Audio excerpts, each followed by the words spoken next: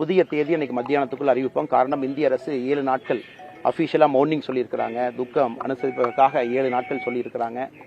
அதை பார்த்து கொண்டு எங்களுடைய அமைப்பு பொதுச் செயலாளர் கேஷ் விநாயகம்ஜி அவர்கள் புதிய தேதி அறிவிப்பார்.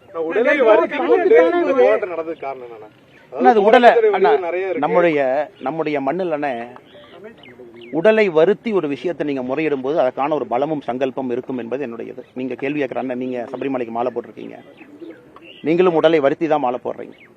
எதிர்பார்ப்பு இதில் ஆண்டவன் போய் நம்ம எதுவும் கேட்க போறதில்லை, நமக்கு தனிப்பட்ட முறையில் எதுவும் கேட்பதில்லை. உடலை வருத்துவது என்பது நம்முடைய பாரம்பரியத்தில், தமிழ் மரபில், இந்த மண்ணில் அது ஒரு சாதாரண நிகழ்வு தான். விரதம் இருப்பதிலிருந்து எல்லாமே. முருகபெருமானுக்கு 6 சாட்டையடி என்பது அது எனக்கு நானே கொடுத்து கொண்டிருக்கக்கூடிய சாட்டையடி என்று சொல்வதை விட சமுதாயத்தில் ஏற்படக்கூடிய அவலங்கள் எல்லோருக்கும் சேர்த்து தான் அந்த சாட்டையடி எனக்கு அடிச்சுக்கிட்டேன்.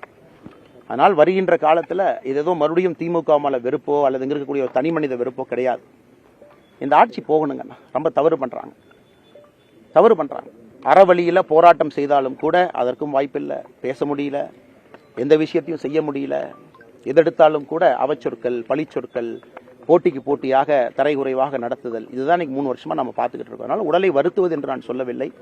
இது தமிழ் மண்ணினுடைய மரபு. அதைத்தான் நாங்கள் கைப்பிடிக்க ஆரம்பித்திருக்கோம்.